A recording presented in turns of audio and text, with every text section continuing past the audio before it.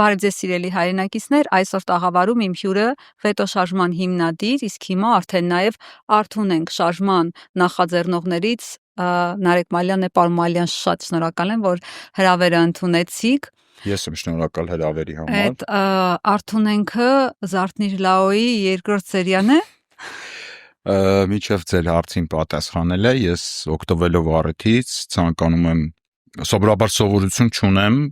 խուսափում եմ երկու կանանց խոսակցություններ մեկնաբանել, բայց այս անգամ բացառություն կանեմ ձեր եւ Անդրանիկ Քոչարյանի շատ վատ, շատ ազապշեցուցիչ, ասենց ասեմ, ու դատապարտելի միջադեպը ես եւս իմ կողմից կդատապարտեմ, որովհետեւ մարդը կարող է նույնիսկ թուրք լինի, բայց տղամարդ լինել դադարել պարտադիր չի։ Ես երկար ժամանակ տարիներ ընթացքում պայքարել եմ եւ իմ հակառակորդը կին է եղել Լարիսա Մինասյանը,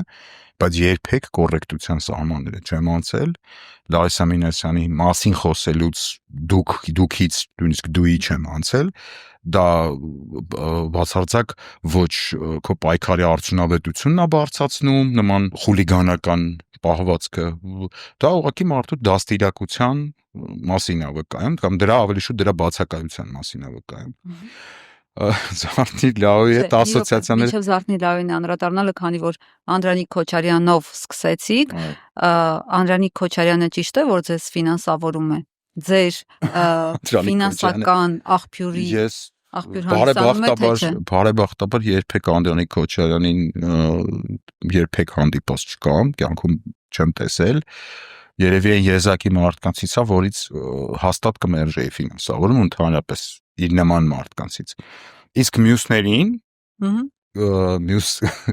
այդ մեղադրանքներ կան, չէ՞, ես մի անգամից առաջնելով անցնեմ, չգիտեմ, սա ֆինանսավորում, ցավոք սրտի ոչ մեկ չի ֆինանսավորում, եւ օգտվելով առիթից կոչ եմ անում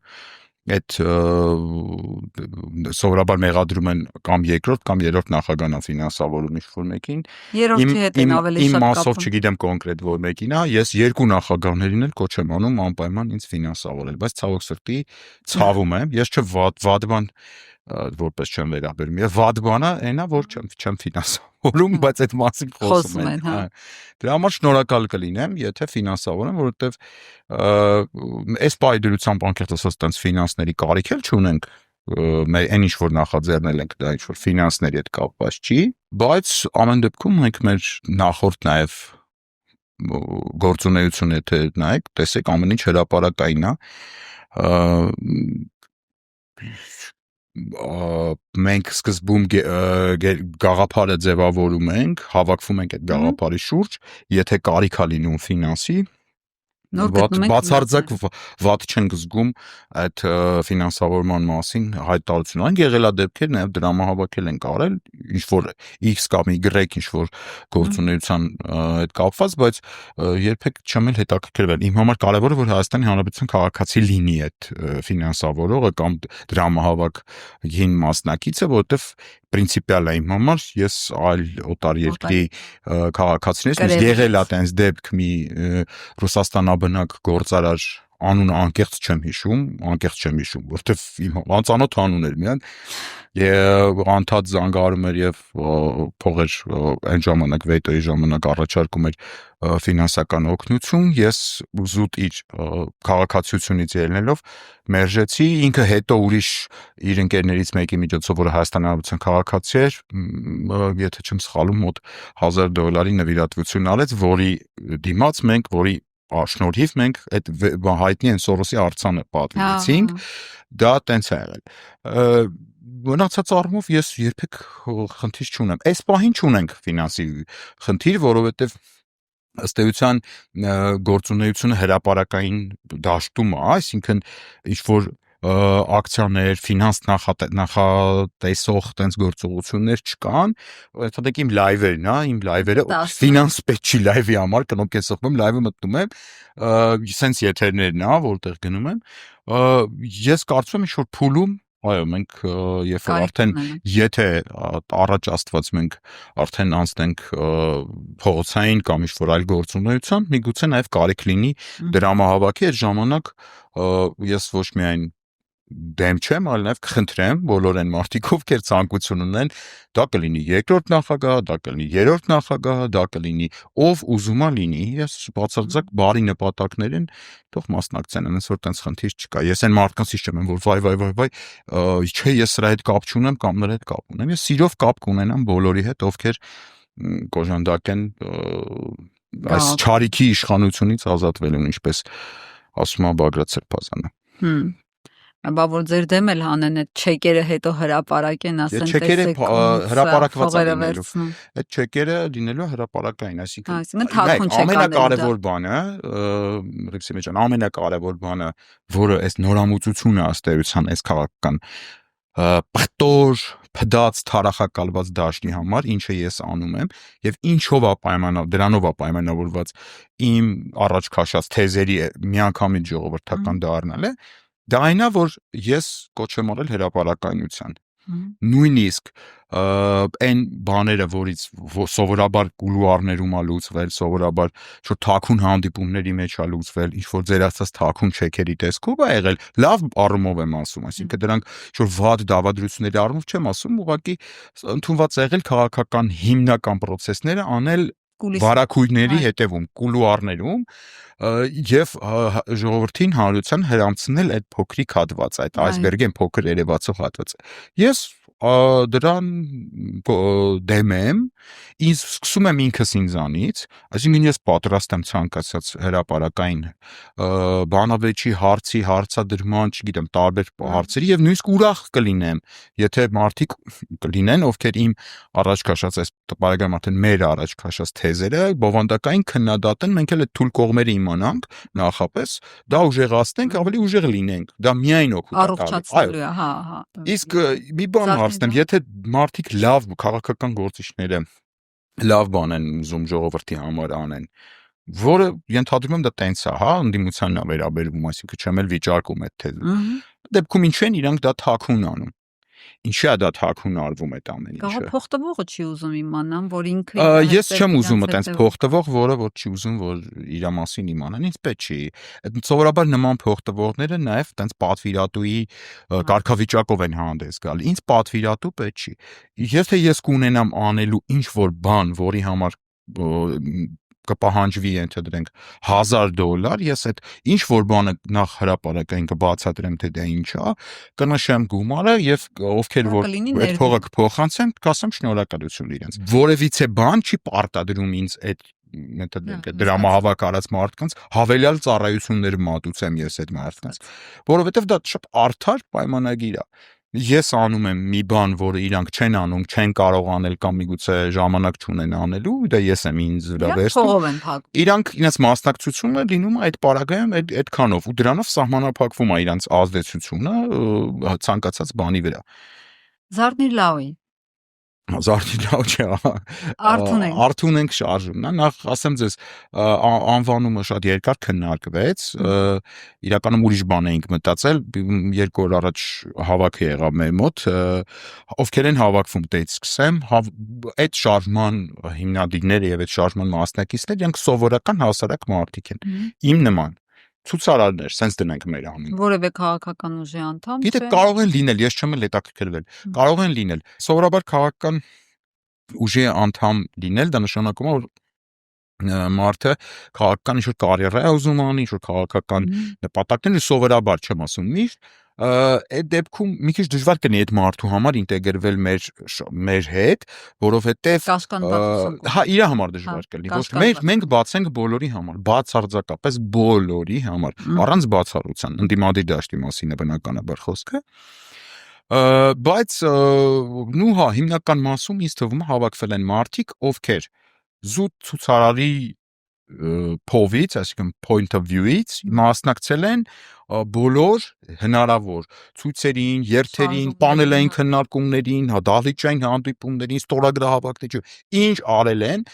ընդդիմությունը անունը դրել է Նիկոլին հեռացնելու ինչ որ քայլ մարդիկ գնաց են մասնակցել են։ Ու 0 արդյունք։ Ես մի քանիսին չեմ մասնակցել հարգելի պատճառով,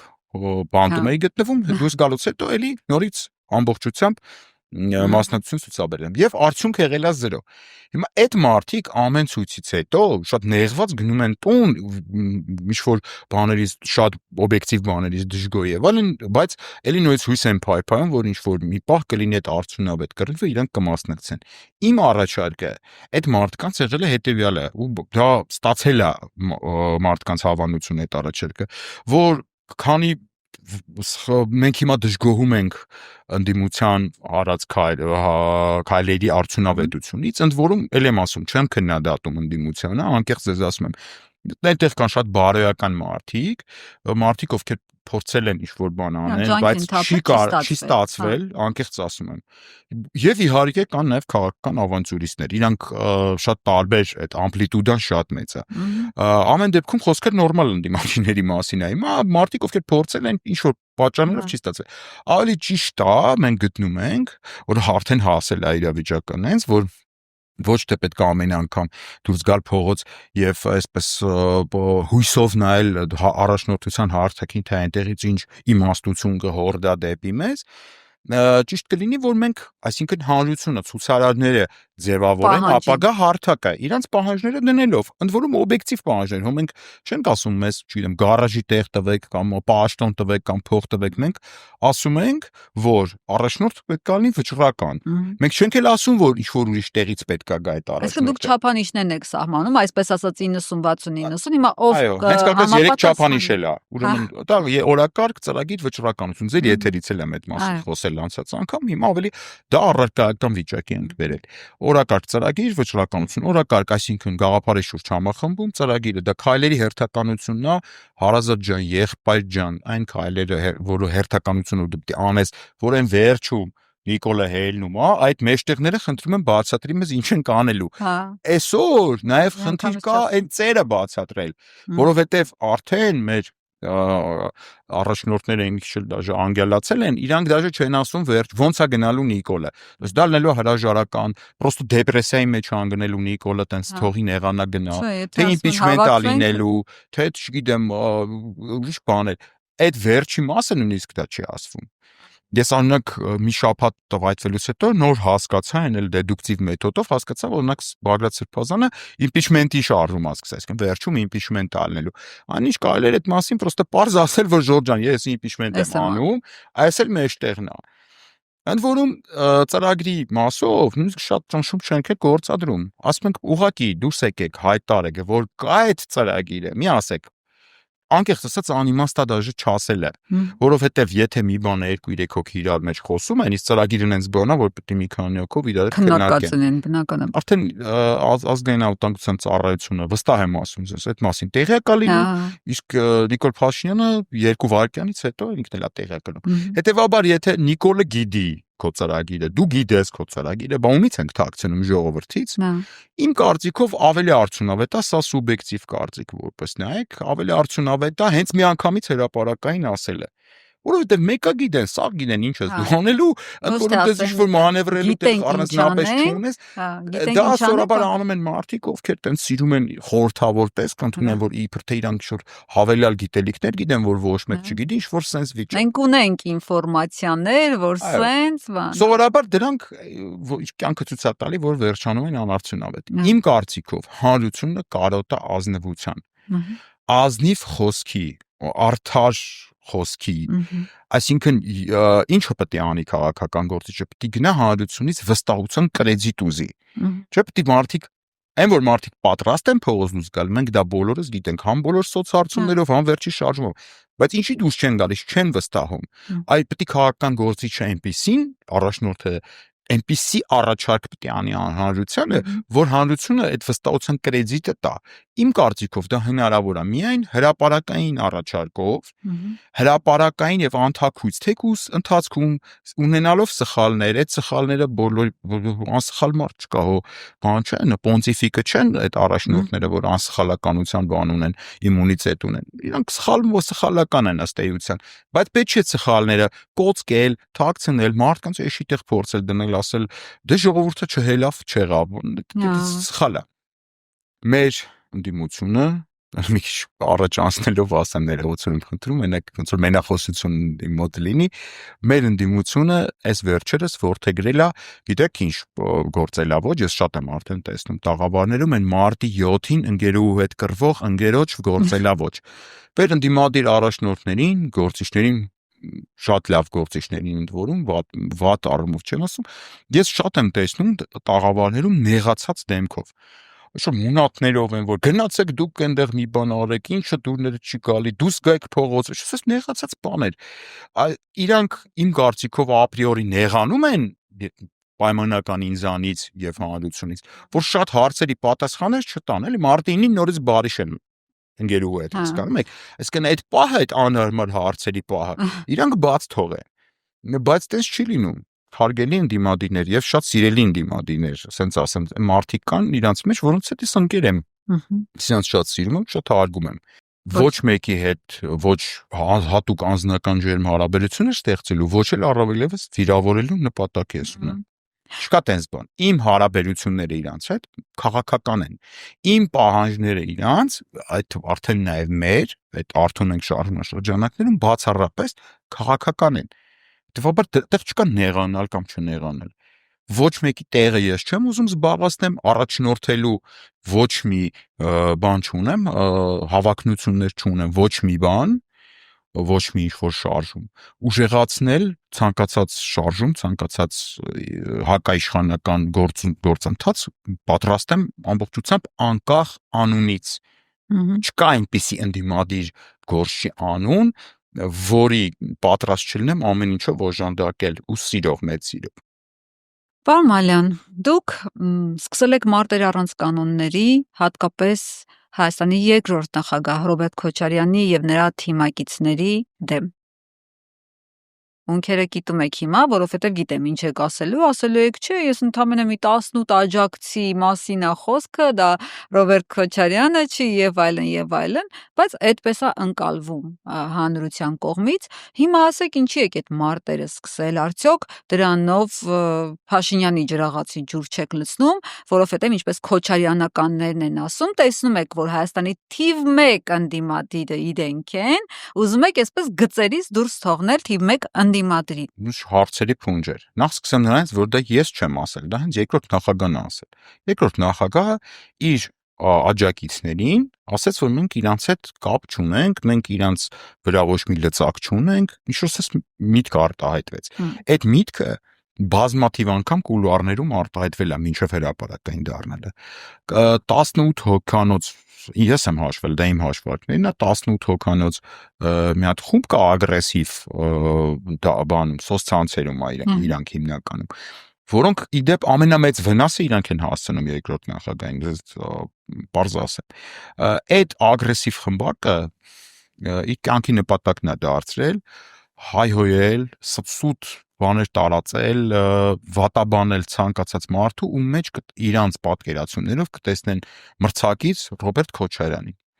Այդ ամեն ինչի մեջով ժամանակին անցել է Արման Թաթոյանը, մի հատ հարցազրույց տվեց, սաղով հարցակցած սկսեցին քֆուրներ տալ։ Էդգար Ղազարյանը, չգիտեմ ինչի ես, որ ընդհանրապես ոչ մի ձևով մրցակից չեմ ոչ մեկին։ Ու ցանկացած տենց մարդ, ընդ որում հետաքրքիրն է, որ գործելավոճ այս խմբի ու Նիկոլ Փաշինյանի այդ ֆեյքերի պոակների լրիվ նույնն է։ Այսինքն ինչ որ սուտ տեղեկություններ, ինչ որ հորինված բաներ, որ տենց իրանց պատկերացումներով ինչ որ վարկաբեկիչ, ինչ որ եսի ինչեր։ Դուք չեք սկսել այդ պատերազմը։ Այդ ես պատերազմը, ձեր ասած այդ մարտական գործողությունները, այո, սկսվել է իմ հարցազրույցից եւ ես կրկնում եմ այդ մտքերը, այնպես չէ որ ես դրանցից հրաժարվում եմ, բայց սառը պատերազմը, այսպես ասած, սկսվեց 21 թվականի ընտրություններից հետո, սառը պատերազմը։ Մինչ այդ եղել էր, ինչպես Ագնես Խամոյանը ասաց, ջենտլմենական պայմանավորվածություն միմյանց չխփելու։ Ինչի խփեցիք Քոչարյանին։ Ես չգիտեմ, որ ջենտլմենները ինչ են պայմանավորվել, անկեղծ տեղյակ չեմ այդ պայմանավորվածությունից, որտեղ ոչ այս կողմն եմ ներկայացնում, ոչ այն կողմը։ Միգուցե ճիշտ է ասում Ագնես Խամոյանը, չեմ կասկածի տակ վերցնում։ Պրոստը ես տեղյակ չեմ այդ պայմանավորվածությունից։ Ես ասում եմ որպես հերոստադիտող, լավ սենց ասեմ։ Մարդը, որ ընդհանուր դաշտը մոնիտորինգ է իրականացնում։ Ես տեսել եմ մի խումբ մարդկանց, ովքեր տիրապետում են Facebook-յան այնպիսի էջերի, ինչպիսին Քոչարյան վարչապետ, Քոչարյան հերոս, Ռոբերտ Քոչարյանը մեր ժամանակների առաջնորդն է, չգիտեմ, սենց անուններով մոտավորապես մի 40-50 էջի այդ 18 հոգով։ Ու ամենավերջի հայոյանքներն են տալիս, ընդդիմադիր կրկնում եմ ոչ թե երրորդ նախագահի, դա ես այդտեղ չեմ ուզում մտնեմ մատի ու մատանալ, այլ ընդդիմադիր ամբողջ դաշտին, ովքեր իրանց տեսանկյունից կդիտարկվեն որպես երկրորդ նախագահային իրանց պատկերացումներով եմ ասում, իրանց երևակայության մեջ մրցակից, այսինքն իրանք ապրիորի փորձում են ոչնչացնել։ Իմ կարծիքով իսկական լիդերը նման խոչընդոտի առաջ չի կանգնի երբեք, այսինքն ուզում է 100 հոգի քֆուր գրեն, եթե դու իսկական լիդեր ես, ինչ խնդիր ունես, ես այդ չեմ արդարացնում, բան չեմ ասում, եթե քիչ քրֆեին այդ մարդկանց, հիմա այդ մարդիկ լիդեր էին դառել։ Լիդերը նման խոչընդոտի առաջ կանգնելու իրավունք չունի։ Ենթադրենք խոսքի օրինակ, չգիտեմ, պայմանական Արման Թաթոյանը, եթե ինքը իրոք լիդերի հայտ էր ներկայացրել, ես չեմ կարծում, որ իրան կկանգնեցներ այդ 18 հոգին այդ խմբերով։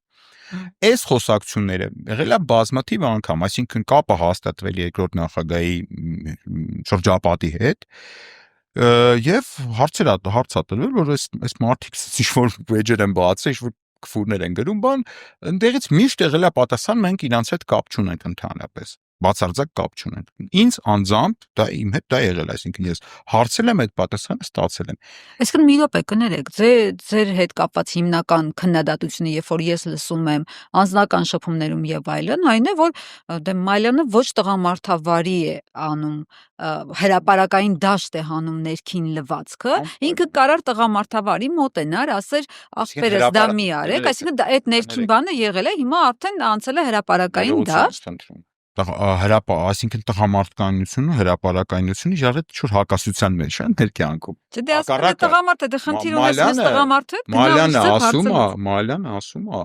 ես այսինքն երրորդ անձով չդեմքով չխոսեմ։ Ես ասում եմ, որ պետք է տղամարդու մոտ, իսկական տղամարդու մոտ, պետք է տարբերություն չլինի հրապարակային եւ ոչ հրապարակային խոսքի միջեւ։ Տղամարդու խոսքը մի հատ պետք է լինի։ Իմ պայքարը դրա համար է, որ տղամարդը կուլուարում ուրիշ բան չասի, հրապարակում կամերաների առաջ ուրիշ բան չասի։ Ես կարծում եմ տղամարդկայնության մասին իմ ունեցած եւ այդ մարդկանց ունեցած պատկերացումները շատ տարբեր են։ Ինձ փողոցը դա է սովորացրել, որ տղամարդ մենք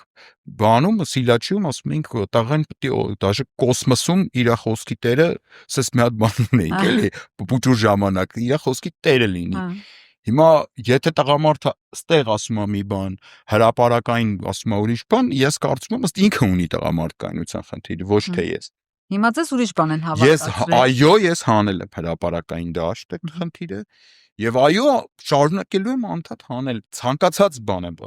ինչը քաղաքականությանն է վերաբերվում, ոչ թե մարդկանց ազնիվ կամ եսին։ Այն ինչ վերաբերվում է հրապարակային մարդկանց գործունեությանը, դա պետք է լինի հրապարակային, ես խոսքի սկզբում ասեցի։ Մարդկանց հետ պետք է լինել ազնիվ։ Եվ այն մարդիկ, ովքեր այս հրապարակայնությունից հիմա այսօր վախում են, խուսափում են, իրանք կարճ ժամանակ անց կտենան ինչ դրական ազդեցություն կունենա հենց իրանց վրա այդ հրապարակային։ Ասում են ինչի հիմա։ Ասեմ ձեզ ինչի հիմա, բացած այդ հարցին պատասխան։ Երկրորդ նախագահ իր հրապարակային խոսքի ժամանակ այդ մասը հələ մի կողմ եմ թողում, այդ 18 հոգու եւ այլն, դա ուրիշ կոնտեքստում է ուզում ես այդ մասին խոսայի։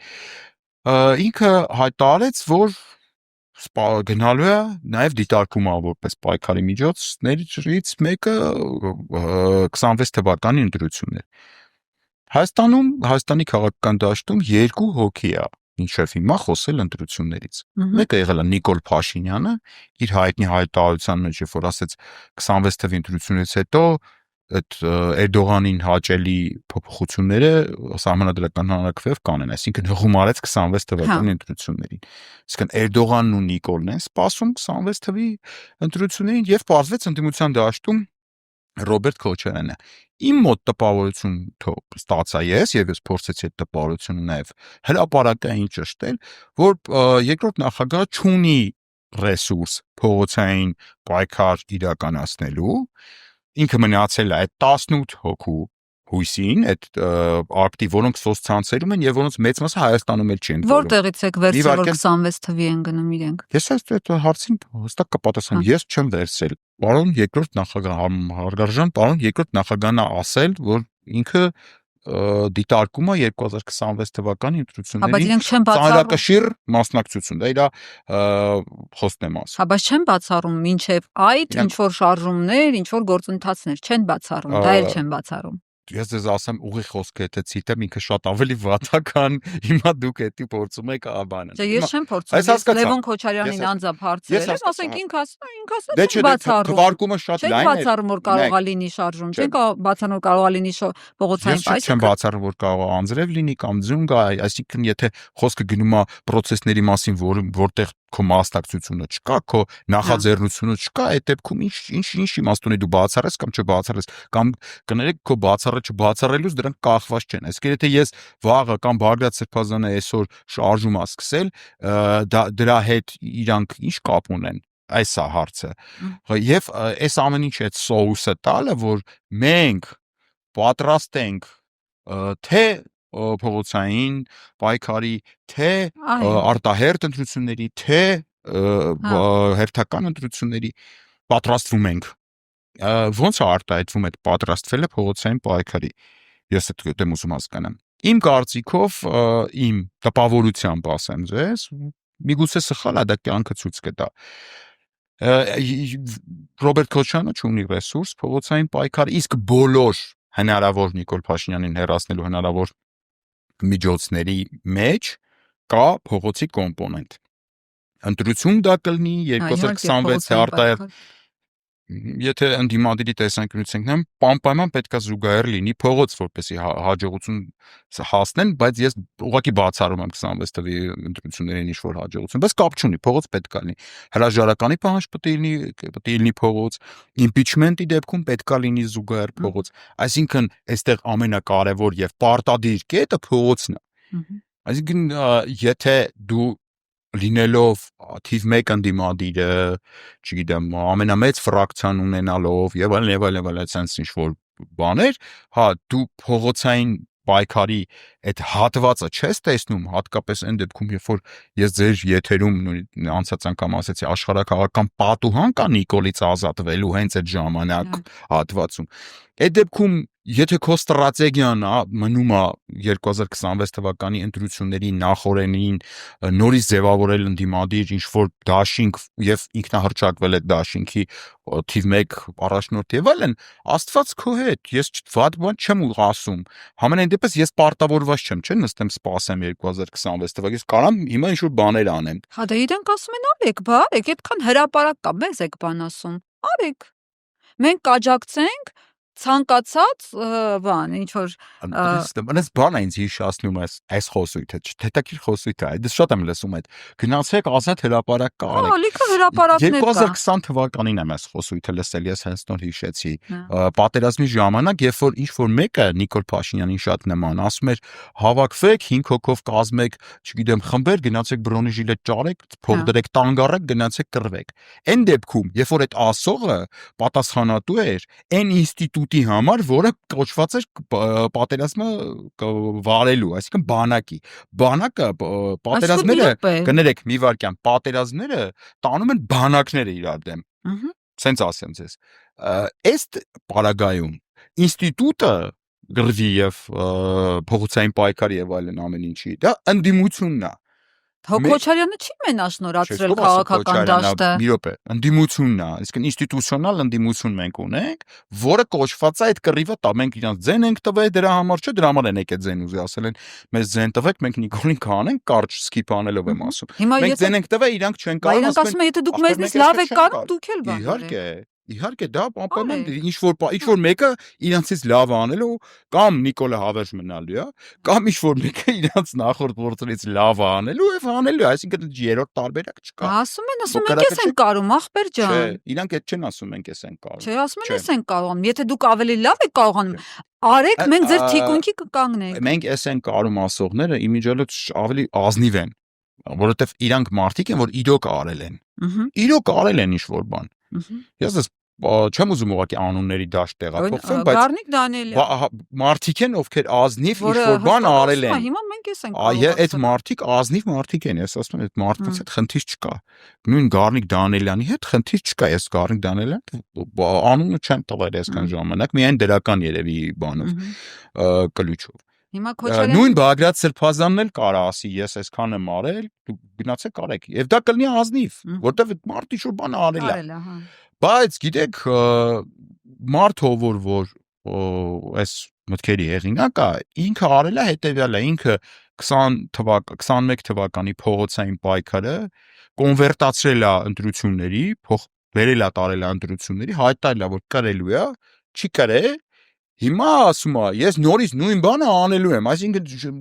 մենք այդ պարոչնի կռուգից պետք է դուրս գանք ինչ-որ մի պահի։ Հիմա ես իմ առաջարկն եմ անում այսքան բացատրելու, այսքան բանից հետո, քննարկելուց հետո։ Իմ կարծիքով process-ը Նիկոլ Փաշինյանը հեռացնելու պետք է մինիմալ կախվածություն ունենա Նիկոլ Փաշինյանի կամքի հետ կամ ցանկության հետ։ Հրաժարականը չի կարող լինել, որտեվ Նիկոլ Փաշինյանը չի ցանկանում հրաժարական։ Ինքը մինչև վերջ կպած մնալու է իր աթոռին, ինքը սերտաճել է այդ աթոռը, արդեն իրանք մի օրգանիզմ են այդ աթոռը, ամպուտացիան իրան աթոռից կարա մահվան հանգեցնի իրան, ժամանակ ինքը չի փոկվի այդ աթոռից։ Ավելին ասեմ, ես այն պահին, երբ որ ժողովուրդը կգա ասենց աթոռով հանդերձ, որտեվ կրկնում եմ անհնար է իրանց բաժանել։ Կգա կգրկի եւ կհանի կաբինետից իրան։ Ինքը այդ պահին էլ դաժե մարդա ձերբակալելու, ինչ որ տենց մարդա կալանավորելու, մարդա ձերբա, այսենց այդ մարդիկ ասեն տանելու, ինքը մարդա ձերբակալել, մոտավորապես տենց է լինելու այդ տեսարանը։ Հաջորդը ընտրություններն է։ Ընտրությունները եւս իր կամքի հետ ուղիղ կապվածություն ունեցող process են։ Ընտրական ամբողջ ցիկլը գտնվում է ամբողջապես եւ ուղիղ իր վերահսկողության տակ, սկսած ԿՀ-ից մինչև խախտված կեղծված ընտրությունների բողոքարկմամբ սահմանադրական դատարանով ընտրությունների մասին բողոքները քննելու է Սեդա Սաֆարյանը։ Եթե դուք մտածում եք, որ Սեդա Սաֆարյանը ոչ նիկոլական որոշում կկայացնի, ես այտենց չեմ մտածում։ Հետևաբար պետք է ընտրել, այո, ես բացառելով գախտեն։ Ես չգիտեմ կհաղթեն թե չէ։ Ես բացառում եմ իշխանափոխությունը։ Կարող է, չգիտեմ, կարող է հաղթեն, բայց չլինի իշխանափոխություն։ Մամիկոն Ասլանյանն էլ էր հաղթել Վանաձորում։ Իմ հետ մի տարի նույն կամերում նստած էր, այդպես հաղթած դեմքով նստած էր կողքս։ Եվ դրանից առաջ էլ 1 տարի 8 ամիս առանց ինձ էր նստել, էլի կարծում եմ հաղթած։ Հիմա հարցը դա չի։ Հարցը այն է, որ process-ը պետք է լինի այնպեսին, որը մինիմալ կախվածություն ունենա անձամբ Նիկոլ Փաշինյանի կամքից եւ ամբողջությամբ օրակարգը թելադրի այդ process-ը գեներացնողն ու իրականացնողը, այսինքն փողոցը պետք է թելադրի այդ։ Ոչ թե բան պետք է լինի, ռեակցիոն պետք է լինի գործընթաց, այսինքն Նիկոլ Փաշինյանը ասեց այս ինչ բանը ընդդիմությունը սկսում է մեկնաբանել, քլնգել, հայհոյել կամ բանանել էդի կամ հակառակը։ Այսօրվա դրությամբ ամբողջ քաղաքական օրակարգը թելադրում է Նիկոլ Փաշինյանը։ Ինքը ինչ որ տրանսպորտի գինա բարձրացնում, սաղ քրֆրտում են, մի քիչ իջացնում, ինքը որ հարկերա բարձրացնում, սաղ հարցը։ Ինքը եթե Նիկոլ Փաշինյանը ոչ մի բան չանի, գնա տունը նստի, այդ իր վայելքներով ոչ տելևիզորով երևա, ոչ լայվ մտի, ոչ ստատուս գրի, ոչ մի տեղով չերևա։ Ես ես հավատացնում եմ քաղաքական դաշտը կմեռնի պրոստը կմեռնի, ոչ մի բան չի լինելու քննարկելու։ Ինչի, որովհետև մեր ընդդիմությունը, եկեք ես ինձ էլ չառանձնացնեմ այդ ընդդիմությունից, իր օրակարգը չունի։ Մենք ունենք 70% հանրության բոլոր հարցումներով, որը չի սիրում այս իշխանություններին, բայց չի վստահում ընդդիմությանը։ Հետևաբար դա ովքեր են մարդիկ, ովքեր սպասում են քաղաքական առաջարկի։ Շատ լավ, հիմա դուք այդ Քոչարյանի 18 աջակիցների դեմ էս պայքարով։ Չէ, ես Քոչարյանի 18 աջակիցների դեմ չեմ պայքարում, մի վարքան, մենք մի քիչ խառնեցինք իրար այդ պահը։ Ես հայտարարեցի, որ ես ուզում եմ իմանամ, որն է Ռոբերտ Քոչարյանի ռեսուրսը, որովհետև ասեմ ինչ էր տալու։ Ցանկացած ընդդիմադիր, որը հայտ է ներկայացնում ծանրակշիռ մասնակցության դաշտում, ես պետք է իմանամ ծանրակշիռ բառի վրա խնդրում եմ շեշտը դրեք։ Ես պետք է իմանամ ինչ է նշանակում այդ ծանրակշիռը։ Ես պետք է իմանամ այդ մարդու հետ ինչի շուրջ են բանակցում, հասկանում եք։ Այդ մարդը արդյոք ունի ինչ-որ մի բան, որի համար ես գնեմ նույնիսկ իր չոքերը, ծնկաչոք խնդրեմ, ասեմ միացիր կամ չգիտեմ, եսի ինչ կպնենք իրար Բայց բանանենք։ ինչի եք սկսել հենց Քոչարյանի Ես չեմ ռեսուրսը սկսել հաշվելուց։ Իրանից, որովհետև կներեք Սերժ Սարգսյանի ռեսուրսը ես տեսնում եմ, դա Հայաստանի Հանրապետական կուսակցությունն է։ Գառնիկ Դանելյանի ռեսուրսը տեսնում եմ, դա Հայ հեղափոխական դաշնակցությունն է, իր կառույցներով, իր Նույն Հույդան նաև Քոչարյանի ռեսուրսների մեջ կներեք, մի վարքյան, սենց հայտարարություններ խնդրում եմ անելուց առաջ անպայման ես ով եմ դիտարկեմ դաշնակցության կամ ֆրակցիան նայեք, նույն առաջնորդը նույն Ռոբերտ Քոչարյանը։ Խնդրում եմ կանչեք դաշնակցական հյուր, իրան տվեք այդ հարցերը։ Ես սովորական կողքից նայողով եմ ասում։ Ես վստահ ձեզ ասում եմ, որ դաշնակցական բոլոր падգամավորների ռեսուրսը դա Հայ հեղափոխական դաշնակցությունը 135 տարվա իր ավանդույթներով կուսակցությունն է։ Նաև Քոչարյանը։ Կարծում եք։ Նաև Քոչարյանը։ Դու կարծում եք։ Միանշան։ Ես չեմ կարծում։ Համենայն դեպս ես ոչ մի դա հավաստող բան չեմ տեսել։ Ոչ մի բան, այսվեր տեսել եմ 21 թվին ինչ-որ դաշինք, որը ըստ էության փլվել է իր ստրուկտուրնի առումով, որտեղ դաշինքի անդամ կուսակցությունից մեկը ընդհանրապես դուրս է եկել, եւ եթե պարզ լինենք, Վիպսիմե ջան, մենք խոսացինք հրապարականության ու պարզության մասին։ Մենք այսօր ունենք ազգային ժողովում հանրապետական կուսակցության ֆրակցիա եւ դաշնակցության ֆրակցիա։ Այդ երկուսն են։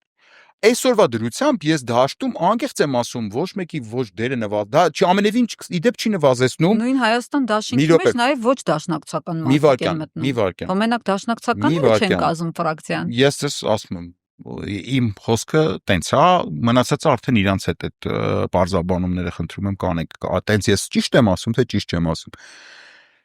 Դա ամենևին չի նվազեցնում երկրորդ նախագահի դերակատարումը մեր նախորդ կյանքում, այսինքն իր ունեցած նախագահական տարիները վաստակ, դա ես ուզում ասեմ, բան չեմ էլի, անքաղաքավարի մարդ չեմ, բան չեմ, որ մարդու չեմ։ Դե գիտեք, բոլոր ժամանակահատված ունեցել է իր արատավոր երևույթներ, այդ բանը չեմ սրբացնում ոչ մեկի, բոլոր անխտիր, բայց եթե հավաքենք, չգիտեմ, Արտաշես երկրորդից մինչև առեսօր բոլոր մեր կառավարիչներին Հայաստանի ու բոլորի մեղքերը բազմապատկենք հազարով, այսօրվա Նիկոլ Փաշինյանի մեղքերի 3%-ը չի լինի։ Բա հենց ձեզ հետ են ասում, բայց չէ Նիկոլ Փաշինյանին թողած։ Մի վարքյան, ես չեմ թողել Նիկոլ Փաշինյանին։ Քոչարյանին կապել։ Շատ հետաքրքիր եք ասում։ Ոչ, չեմ կապել Քոչարյանին։ Ես հարց եմ բարձրացել, որն է ռեսուրսը, ինձ ցույց են տվել հետեւյալ բան, այդ 18 հոգուն, ասել են էս է մեր ռեսուրսը։ Մի հատ 21 թվի ցույցի լուսանկար, որտեղ ցույց ասում են, ահա սա է Ռոբերտ Քոչարյանի ռեսուրսը,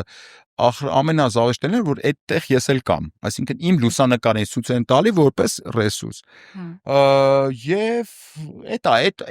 ու փորձում են ներկայացնեն, ընդ որում դա արվում է օրթոդոքս քոչարյանականների կողմից, փորձում են ներկայացնել, որ Հայաստան դաշինքը իր ամբողջ կազմով դա Քոչարյանի ռեսուրսն է։ Սա շատ կարևոր հատված է, ասեմ ձեզ ինչի։ Ես վստահ եմ, որ Հայաստան դաշինքի բոլոր падգամավորները իրանց խղճի մտոք են այդտեղ աշխատում։ Ես հակառակի ապացույց այս պայդրությամբ չունեմ, հետեւաբար կանխավարկածը սենա, որ իրանք բոլորը ուզում են, որ Նիկոլ Փաշինյանը գնա, ուզում են, որ մենք ապրենք լավ երկրում, ուժեղ երկրում եւ այլն, այդ բոլորը ինչ որ ես կիսում եմ, ենթադրում եմ, որ իրանք էլ են կիսում։ Ես ուզում եմ, որ այդ մարդիկ հնարավորություն ստանան, այդ ինչ որ ուզում են իրականացնելու։ Ես ամեն ինչ կանեմ, որ իրանք այդ հնարավորությունը ստանան։ Այդ ժամանակ, երբ որ իրանք այդ հնարավորությունը կստանան, մենք կտեսնենք իրանք կանեն իրանց խղճի մտոք ընտրություն, թե չեն անի։ Ես վստահ եմ, որ կանեն իրանց այն ընտրությունը, ինչը որ պետք է լինի, այսինքն թե իմպիչմենտի հասնի, բնականաբար այդ մարդիկ այդ իմպիչմենտի գաղափարի շուրջ կմիավորվեն։ Իսկ ներկայացնել իրանց ինչ որ մեկի ռեսուրս, իմ կարծիքով ճիշտ չի։ Աննա Գրիգորյանը դաշնակցական է։ Աննա Գրիգորյանը դաշնակցական չի, բայց Աննա Գրիգորյանը եթե արդեն հասնի քվեարկության պահը, իմ կարծիքով Աննա Գրիգորյանը կունենա այդ հնարավորությունը ցույց տալու իր ուրույն անկախ եւ հայրենասեր մոտեցումները, կարա ցույց տա։ Աննա Գրիգորյանին ես անձնապես լավ ճանաչում եմ, նաեւ այցելում էր ինձ բանտ, այլ падգամավորների հետ միասին այցելում էին բանտ, ես առիթ եմ ունեցել իր հետ շփվելու, ընդհանրապես Հայաստան դաշինքի падգամավորների շատերի մեջ ունեմ ընկերներ, անձնական հարաբերություններ։ Իմ խոսքը, իմ կռիվը միտված է իրանց ավելի ուժեղ դարձնելու, իրանց դիրքերը ավելի ամուր դարձնելու։ Այդպես չեն Ես թույլ անցնում։ իրանք Նույնիսկ իրանց ասում են, խնդիրն է։ բա որ Վարդաշեն քրեակատարողականից Մալյանը դուրս էր գալիս։ Այո։ Ագնեսա Խամոյանը այնտեղ կանգնած, ասենք նույն Հայաստան Ագնեսա Խամոյանը այնտեղ կանգնած չէր, Ագնեսա Խամոյանը եկել էր քրեակատարողական հիմնարկի ներսից իմ հետ դուրս եկավ, ոչ թե կանգնած էր։ Այո, առաջին ողջագուրվողը, առաջին իմ ընկեր Ագնեսա Խամոյանի մասին եք խոսում դուք, այո, ինչ։ Ես դա երբեք չեմ թաքցրել, ես շատ ջերմ անկերական հարաբերություններ ունեմ Ագնեսա Խամոյանը, դեռևս մինչև իր պատգամավոր լինելը ես շատ ուրախացել եմ, որ Ագնեսա Խամոյանը դարձել է պատգամավոր եւ մեծ հույսեր եմ կապել, որ իմ ճանաչած Ագնեսա Խամոյանը, ում ես ճանաչել եմ իր այդ սկզբունքային այնտես մի քիչ կներեք լավ իմաստով եմ ասում կոտոշ բնավորությունը եւ այլն, ինքը կծառայեցնի մեզ բոլորիս համար, առանց տարանջատելու քոչարյանականներ, չքոչարյանականներ, մյուսականներ, այն մյուսականներ։ Այս տարանջատումը արհեստական է ըստ էության եւ ինչպես եւ արհեստական էր այդ միավորումը, որը որ կար մինչեւ հիմա։ Իմ ասածն է, եկեք ոչ իրար հետ սաղովի ամուսնանանք, ոչ էլ իրարից ամուսնալուծվենք։ Այս ընտրություններից առաջ զուտ կուսակցությունների քաղաքական ուժերի վերադասավորման տակ են գնում, պարոն Մալյան։ Ուզում եք շատ པարզ պատասխանեմ, ձեզ ասեմ ուրեմն։ Քանի որ մեր քաղաքական համենայն դեպս պարլամենտական եւ պարլամենտ դեպի պարլամենտ ձգտող ընդդիմության ովքեր են իրանք, մենք ընթացքում այս մոտակա ժամանակներս կիմանանք, որտեղ կան նաև ոչ պարլամենտական ընդդիմադիրներ, որոնք ուզում են իրենց նպատակն է պարլամենտում հայտնվել 26 թվին, նաև այդպիսի մարդիկ կան, իրանց ասենց ասեմ ֆանտազիան երազանքները 26 թվի ընտրությունները, այդ սպասումները, որ կա այդ 26 թվի, իրանք ես օգտագործելու եմ այդ սպասումները, պարզ ասում եմ, խոսացել ենք, չէ, հրապարակային պետք է ասեմ։ Ես օգտագործելու եմ իրանց այդ սպասումները, դա իրանց թույլ կետն է։ Ես այդ սպասումներով իրանց ստիպելու եմ, որ իրանք այսօր աշխատեն։ Ոչ թե օրգլորեն, մինչև 26 թիվ, 26 թվի ընտրությունների բերան գան, սկսեն ասել, որ մենք այս ենք արել, պետք է այսօր կա այդ հնարավորությունը, ընդ որում ես արկածախնդրության չեմ էլի մղում այդ մարդկանց,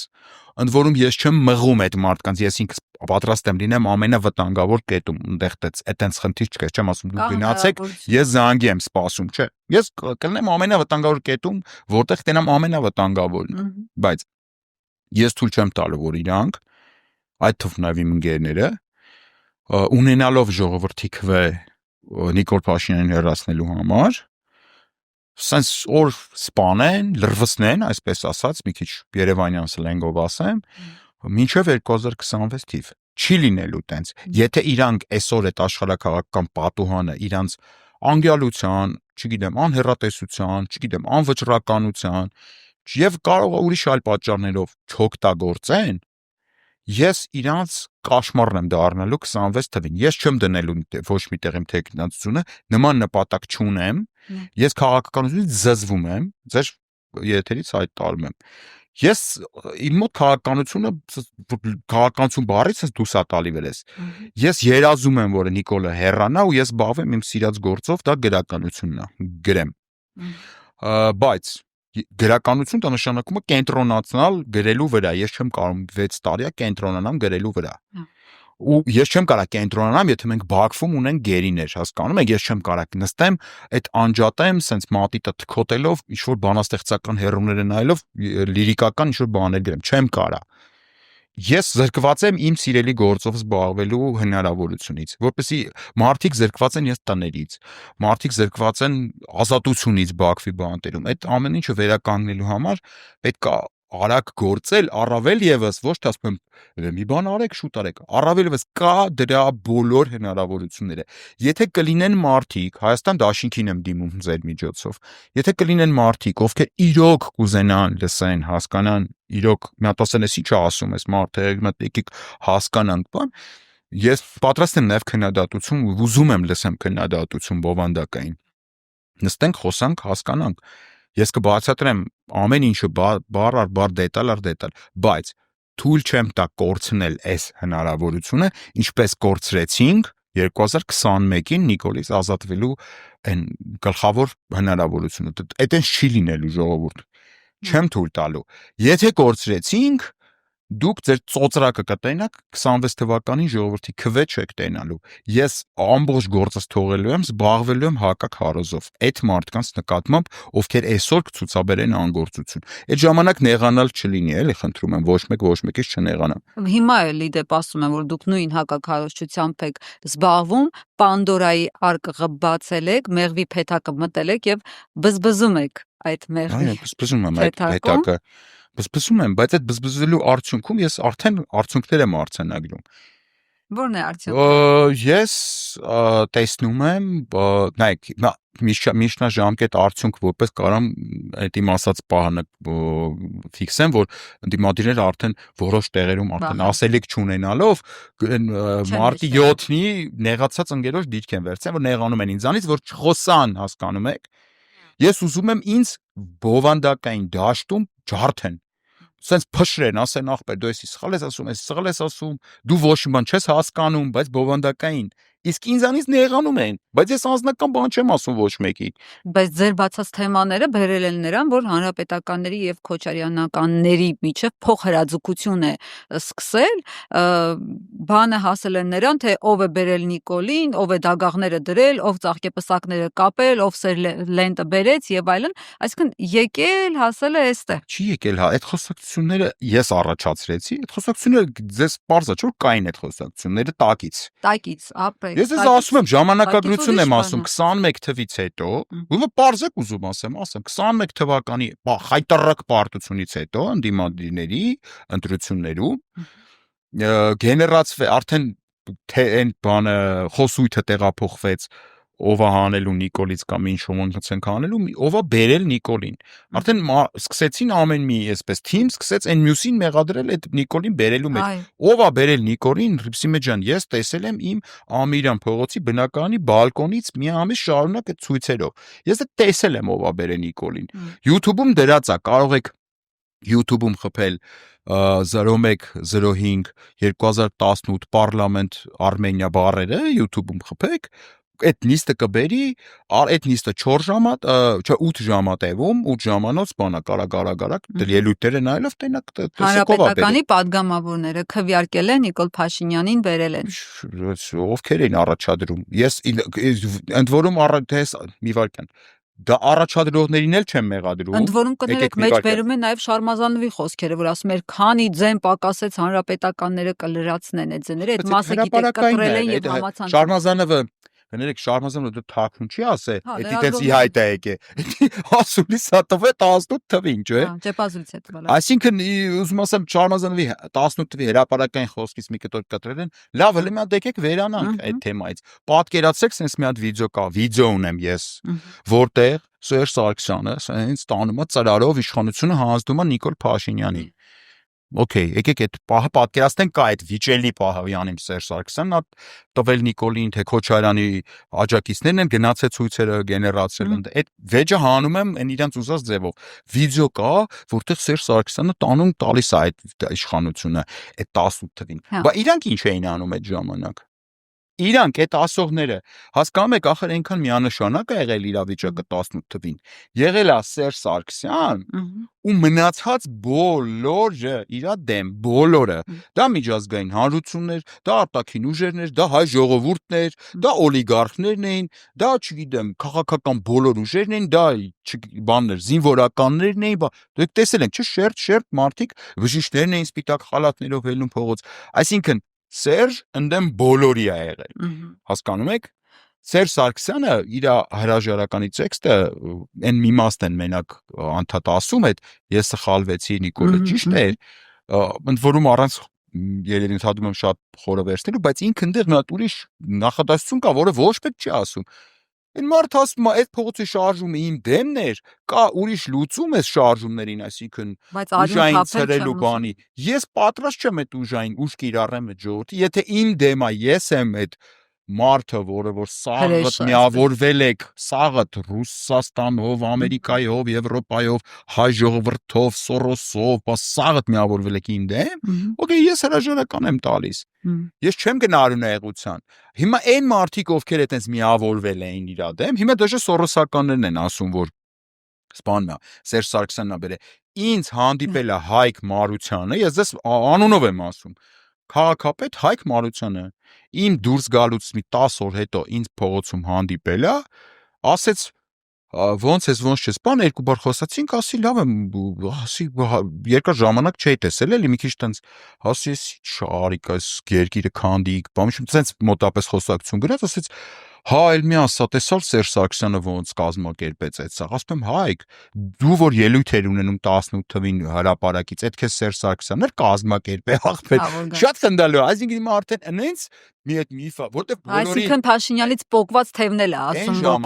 ես այն հեշթեգի հեղինակն եմ, սաղ Սերժն է մեղավոր, այդ հեշթեգի հեղինակը ես եմ եղել 18 թվից։ Այն ժամանակ կար կոնսենսուս, որ Սերժ Սարգսյանը պետք է հեռանա բոլորը միասին։ Հիմա կա կոնսենսուս, որ Սերժ Սարգսյանն է մեղավոր, որ Նիկոլը եկավ։ Այդ երկու կոնսենսուսները իրար հետ ունեն հակասություն։ Ես լավ 18 թվին ենթադրենք Սերժն ա տվել, բայց 21 թվին ով տվեց, ով բանալես Նիկոլ Փաշինյանին բերեց 21 թվականին։ Այդ հարցին հələ մենք չենք ասել։ Իմ առաջարկը հետեւյալն է, եկեք այս անիմաստ, ընդ որում ապուշ։ Չէ, բայց մի րոպե կներեք, լեգիտիմ հարցեր չեն դրանք, որոնք հնչեցնում են քոչարյանականները, այն առումով, որ ասում են, օրինակ, երբ որ Նիկոլ Փաշինյանը կներեք վարտիկ տրուսիկներ էր հագցնում տեսախցիկների վրա, այդ ժամանակ ինչի Սերժ Սարգսյանը միանգամից հարցերը չլուծեց Նիկոլ Փաշինյանի, կամ որ ռադիոտուն էր մտնում, ինչի այդ ժամանակ չձերբակալեց Նիկոլ Փաշինյանին, դրա հնարավորություն ուներ, իշխանությունը, մուրճը, ամեն ինչը իր ձեռքում էր։ Հայաստանի Սրանից ելնելով են ասում, որ իշխանությունը տվել է։ Բազմաթիվ ցույցեր են եղել, բազմաթիվ մարդիկ են եղել, որոնք ես ոստիկանությունում եմ այդ ժամանակ աշխատել, էլի ոչ այդ հեղափոխության ժամանակ։ Մի տարի առաջ դուրս եմ եկել այդ, բայց բազմաթիվ ցույցեր են եղել եւ եղել են բազմաթիվ մարդիկ, ովքեր պայմանական ասած տարը վարտիկ են կախել, տարբեր բաղատենց ակցիաներ են արել։ Հիմա դա բոլոր վարտիկ կախողներին հենց վարտիկ կախելու ժամանակ ձերբակալ էին, այդ ասենք էթիկալներ դրանց պետություն, հիմա դուք ռետրոսպեկտիվ հետ եկեք Ռիփսիմե, դուք այս 25 թվականի Ռիփսիմեն եք, բայց մի հատ ռետրոսպեկտիվ հետ եկեք 18 թվականի Ռիփսիմեն դարեք, որ ամեն խախտված իրավունքի համար կարար շատ ջղայն հոդված գրեր ու քննադատեր, չէ։ Հիմա պատկերացրեք մարդը տրուսիկ է կախում բանից, կամերայից, իրան գալիս են երկու կարմիր բերետներով, ծեծելով, ոնց որ սկսեցի հիմա են անում։ Չեմ, ես չասեցի։ Ծեծելով, մի րոպե, տվեկալում ձերբակալավ չեն ծեծում, ձերբակալում տանում են Ռիփսիմե ջան, ուզում սուծի մեջ խորանանք, էլի։ Կանխում են, իմանալով ինչ ա լինելու, այսինքն Սերժ Սարգսյանը հերատես քաղաքական գործիչ, պետական գործիչ, գիտեր, չէ՞։ Ես գիտեմ Սերժ Սարգսյանը ինչ գիտեր, իրան խնդրում եմ կուղեք, ես ձեզ բանում կանխում էր Սերժ Սարգսյանը, բանի, տենց տրուսի կահողներին վերցնում ձերբակալում էր 2018 թվականի Ռիփսիմե Ջեբեջյանի գործողությունները։ Խնդրում եմ ինձ ասա։ Ես կարող շատ ծանր տանեի, երբ որ ապօրինություն տեսնեի, բայց եթե դա իրավախախտում է համարվում, ինչի չէին ձերբակալում։ Այս տրուսիկ կախելու ձերբակալման ենթակա իրավախախտում ազդես։ Դե բա պետական գույք չի կամերան, օրինակ դրա անվան տակ կարող էին բանանել։ Այն ժամանակ անվան տակ, չէ՞, լավն է։ Տանեք 25 թվի Ռիփսիմե Ջեբեջյանը խորհուրդ է տալի 18 թվերին այնքան բաներ էին կատարվում, որ ասենք տենց բաների համար էին ձերբակալում մարդկանց, նաև հիմա, այնց չի որ մենակ այն թվերին։ Այսինքն կարող էին ավելի մեծ պետական աղետը կանխատեսել։ Կարող էին ես ձերբակալեցի։ Մի վարքան պատասխանը։ Հիմա նայեք, ռետրոսպեկտիվ ես երազեի Ես կոնենց կուզեի տենց էլ լինի։ Հենց տենց լիներ։ Լուրջ եմ ասում։ Եկեք բան չի։ Լավ ռադիոտուն է, ասացի տրուսիկները։ Մի վարք, ես լրիվ հասկանում եմ, այդ սաղ ձեր ասածները հասկանում եմ։ Ես կուզեի դա տենց լիներ։ Ես կուզեի եմորացկմա փոքր ժամանակ Հիտլերը քարից ընկներ, երկրորդ համաշխարհային չէր, հիշում եք այդ ասացվածքը։ Հիմա մենք վերադարձել ենք այդ ասացվածքին։ Ռիփսիմե ջան, իրավիճակ գոյություն էր։ Չեք թողում ավարտեմ։ Եթե Սերժ Սարգսյանի մասով եք ասում, ես դրան կավելացնեմ նաև Ռոբերտ Քոչարյանի կառավարման տարիները։ 98-ից 2018 թվերը այդ 20 տարում եղել են բազմաթիվ ցույցեր, բազմաթիվ ավելի կոշտ ցույցեր են եղել, որոնց պետությունը կոշտությամբ չի արձագանքել այն բանով, որ դրանք չեն դառնա մեծ ինչ-որ բան, եւ հետո մենք շատ լուրջ պարտավորություններ ունեինք միջազգային հանրության առաջ եւ այլն, այսինքն մենք ամեն տրուսիկ կախողին եթե տանեինք ձերբակալեինք, այդ ժամանակ որպես պետություն եմ ասում, մենք նկատի չունեմ որպես իշխանություն, այդ մենք չենք կարա տեղացնենք, այն ժամանակ մեկի այն կապտամազիկը, որը հետո Վրաստանում թմրանյութերի վաճառքի համար գնաց նստեց, մեծ սադրանքեր արել Արցախում, ամբողջ սորոսական ցանցը ոտքեր հելել այդ կապտամազիկի համար ինչ ցույցեր էին անում եւ թիրախավորել էին նաեւ էլի դրա համար էին ոտքի ելել։ Ես իսկ իմ կարծիքը մի քիչ տարբեր է, իմ կարծիքով ինքը հատուկ գնացել էր, հատուկ այնտեղ սադրել էր իրավիճակ եւ իր նպատակը Արցախի ուժային կառույցների նկատմամբ անվստահություն վարկաբեկում իրականացնել էր։ Ինքը դրա համար վճարվել էր։ Սկզբում չկմեղանում էին, որ ինքը կապ չունի Սորոսի հետ եւ այլն չի վճարվում։ Հետո պարզվեց կապ ունի, հետո սա ցույց տվեցին, որ Յանիմ ինքը թարգմանիչ է, չգիտեմ, ինչ որ Սահակունցը խոսում է, այդ աղջիկը սուրդա պերևոդա անում ընդ, որը вообще կապ տենց չի, ոնց որ հիմա ես դուք խոսում ենք, ինչ մեկը սուրդա պերևոդա անի, անկապ ինչ որ մի հատ բան։ Հետո պարզվեց ինքը ադրբեջանցի սիրած տղա ունի, հետո ինքը այդ չգիտեմ, ամեն ինչը երբ որ մենք ասում ենք էսի նորմալ է, հետո պարզվեց այդ ինքը Ադրբեջանը շատ է սիրում, հետո հրապարակեց իր այդ ադրբեջանցու տղու պասպորտները, հետո էս արեց, հետո այն արեց, այսինքն այդ աղջկա պաշտպանությամբ զբաղված էր ամերիկյան դեսպանատնից սկսած սորոսական ցանցով վերջացրեց։ Ես չեմ այգեք գնահատողական չտամ։ Մենք Վարդիկից սկսեցինք, բայց ռադիոտունը Վարդիկի թեմա չէր։ Ռադիոտունը ռազմավարական օբյեկտ էր հատուկ պահպանության, ինչ է դեպքում այդ որ դուրը ջարդեցին մտավ, մի անգամից չձերբակալվեց Փաշինյանը։ Միանգամից չձերբակալվեց։ Ես կարամ իմ կարծիքը ուղղակի այդ թեմայով ասեմ, քանի որ այդ ժամանակ արդեն աշխատելուց չեմ եղել։ Նայեք, արևմտյան իրավապահ համակարգը ինքը մեխանիկական համակարգ է։ Այդ իրավապահ համակարգի մեջ եթե դու ընկնում ես, այդ համակարգը չի նամ, արևելյան մոդելի իրավական համակարգ, այսինքն ամերիկյան ոստիկանը ինքը մեխանիկորեն հանում կրակում է, եթե իրան տենց է պետք։ Շատ հայտնի գործարար կա Լոս Անջելեսում, Համբիկ Մարտինյան անուն անձանունով, ամենահայտնի գործարարներից է, տուրիստական բիզնեսով է զբաղվում, իդեպ ողջույններս իրեն։ Սովետական միությունից երբ որ իրանք տեղափոխվում են Միացյալ Նահանգներ ապրելու, այդ ժամանակ իր եղբոր տղան, որը լումա 14 տարեկան երեխա, ու այդ ժամանակ անգլերենը սովետի մեջ այդքան էլ բան չէր, այսինքն այդ երեխան անգլերեն չէր տիրապետում, իր տան բակում, իր պապայի ավտոյի հայելին ադվյորկայով ձգում, ոստիկանությունը գալիս է կանգնում է, ամերիկյան ոստիկանությունը, ենթադրում է, որ դա ինչ-որ գողավոր է, բանա հայելի է տանում, անգլերեն երկու անգամ հայտարարում են, ասում են այդ ադվյորկեն գցի, չգիտեմ, այդ կանոններ կա ձեռն հետ բարձրացու, ես իմիջ այդ երեխան չի հասկանում, չի անում ոստիկանության բաժները կրակում սպանում են այդ երեխային։ Ոստիկաններին արդարացնում են։ Ես Միացյալ Նահանգներում էի այն ժամանակ, երբ որ Սևամորթերի մեծ ցույցեր էր 2014 թվականի դեկտեմբերի մասին է խոսքը Նյու Յորքում, երբ որ մի հատ Սևամորթ 11 տարեկան երեխայի ուղղակի ոստիկանները կա բանում ինտերնետում ոստիկանները գալիս են առանց մեքենայից իջնելու ձեռքը խաղալիք պլաստմասե պիստոլետ է, Ամերիկայում օրենք կա, եթե խաղալիքը անպայման ծայրը զենքի պետքա նարնջագույն լինի։ Հակառակ դեպքում, եթե չկա այդ նարնջագույնի կապ չունի ինքը խաղալիքա թե չէ, ոստիկանը դա դիտարկում է որպես վտանգ եւ սպանում է։ Ոստիկանը եկել էր մեքենայով, հենց կանգնել է խառը իջել էր, կրակե սպանել են այդ երեխային։ Մենք ունենք սովետական, ես գիտեմ։ Սովետականի մաս չէ, սովետական չի։ Մեր իրավապահ համակարգը post-սովետական իրավապահ համակարգը հատկապես սովետականն էլ էր մեխանիկական, այո։ Այդ բաները տոտալիտարը բան հայկական մեր post-սովետական իրավապահ համակարգի եթե կուզեք լավ դրական կողմը, դա մարդակենտրոնությունն էր։ Այսինքն մարդուն երկրորդ շանս, հնարավորություն տալու, եթե հնարավորություն կա մարդուն չսպանել, եթե նույնիսկ օրենքը քեզ պարտադրում է, այսինքն դա վտանգավոր հանցագործ չի, իրական բան եւ եթե օրենքը թույլ է տալիս չկրակել։ Այնտեղ երկու ոստիկան կար ընդամենը, երկու ոստիկաններ։ Եվ մարդիկ տենց ամբողջով եկան, մտան, այդտեղ ոստիկանների ուզում եք գործողությունները ասեմ, ինչ պետք է անեն կրակեին։ Բայց չարեցին, որովհետև դե տեսակ, երեխեք էին, աղջիկ, տղաբան, ջեյ, հանեն կրակեին։ ռետրոսպեկտիվ կարող է դուք ճիշտ եք ասում, չգիտեմ, պետք է հանեին Բայց կրակել։ ով էր առաջարկում կրակել մասի չէ։ Չէ, այդ պետք է լիներ։ Ձերբակալ է։ Ձեր որ ասում եք ով, այդ երկու ոստիկանը այդ 5-600 հոգու ոնց են կարող տալ մնացած ոստիկաններին 20000-ին։ Ձեզ sense ասեմ, սխալ է ռադիոտունը իրավապահ համակարգի տեսանկյունից եմ ասում, սխալ է ռադիոտունը որպես ключевой բեկումնային կետ դիտարկել, ասա ձեզ այդ ասեմ։ Այդ չի եղել ключевой բեկումնային բանը։ Եղել է դրանից հետո, երբ որ որոշ հիմնարկներ կազմակերպված, այդ թվում նաև պետական, ոչ պետական, կիսապետական, ոչ թե միացան, այլ կազմակերպված ավտոբուսներով լցնում էին հրապարակները։ Այդ է եղել ключевой կետը։ Նույնիսկ ռադիոտնից հետո եթե այդ արհեստական լցոնումը չլիներ մարդկանց հրապարակները, այսինքն էլիտաների պայմանավորվածությունը չլիներ ընդդեմ Սերժ Սարգսյանի, անհնար էր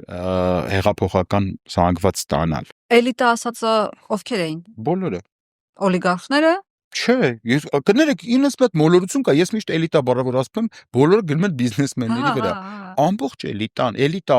բիզնես էլիտան էլ է մեջ մտնում, զինվորական էլիտան էլ է մեջ մտնում։ Զինվորական էլիտան անցել էր Փաշինյանի կողքով։ Դուք տեսաք զինվորականների այդ երթերը։ Կներեք, որ մենք պարզվեց ընդհանրապես Նիկոլ Փաշինյանի գալուց հետո պարզվեց մենք ընդհանրապես էլիտա որպես այդպեսին չենք էլ ունեցել։ Փլվեց այդ ամեն ինչը։ Ամեն մեկը իր փուչիկները ուռացրել այդ էլիտաներից, իր լեգենդներ հորինել, այդ լեգենդի տակ մնաց։ Մենք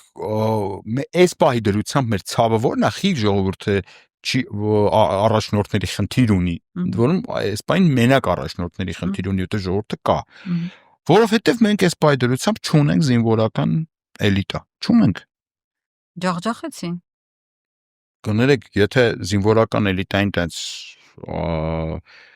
ջախջախել է տենց մի հատ ինչ-որ ծաղրած ու կարարգարը զինվորական էլիտային ջախջախել,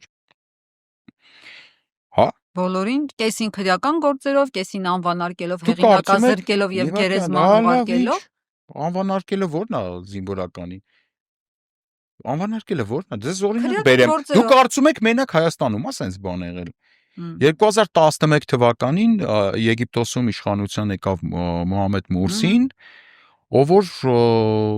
այդ նույն հեղափոխությունը որը ստե եղել, նույն ձևով արեց, եկավ քայլելով իդեպ, եկավ իր այդ անթրաշ մորուքով բանով, իդեպ միակ անթրաշ ղեկավարն էր բանի Եգիպտոսի։ 12-ին ընտրվեց նախագահ, 12-ի հուլիսի 12-ին։ Դա օրերով եմ ձեզ ասում, դա այդ ամեն ինչի մեջ ներկա եմ եղել ընդ 13 թվականի հուլիսի 12-ին զինվորական եւ ոստիկանական էլիտան մտավ իր կաբինետ, ձերբակալեց իրան։ Ինքը Եգիպտոսի առաջին ընտրված պրեզիդենտը, մինչև այդ ընտրված պրեզիդենտ չեն ունեցել Եգիպտոսում երբեք։ Առաջին ընտրվածը Մոհամեդ Մուրսին էր։ Կառավարեց ընդամենը 1 տարի։ Ուղիղ 1 տարի անց այդ զինվորական էլիտան, որին Մուրսին հեռացրել էր իշխանությունից, այսինքն բոլորը պաշտոնաթող են։ Պայմանական ասած իրանց Սեյրան Օհանյանը, իրանց Վլադիմիր Գասպարյանը, սենց պայմանական եմ ասում, իրանց Երանոսյան Լևոնը, իրանց գեներալ Մանվելը մտան Մուրսիի կաբինետ,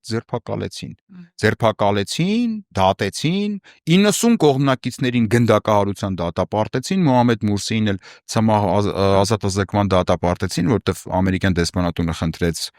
գնդակահարել, բայց ինքը շատ բան հանգամանքներում դատարանում ճառասելու ժամանակ մահացավ։ Այսինքն մենք նույնիսկ որ աշխարհի միակն ենք եղել, որ բան։ Իմ կարծիքով այդ էլիտայի տակ ովքեր են, անուններ են, չէ՞ հստակ։ Հիմա որ ասում եք ավտոբուսով մարդն։ Հա գիտեմ որ անցանք ուրիշ թեմայի։ Բայց մենք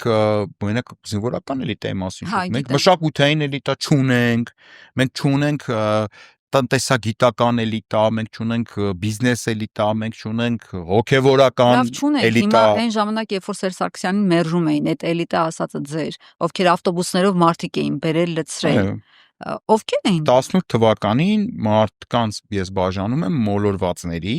եւ մոլորեցնողների։ Մոլորվածների հետ ես խնդիր չունեմ։ Այդ մոլորեցնողները ովքեր էին։ Բոլոր այն մարդիկ, ովքեր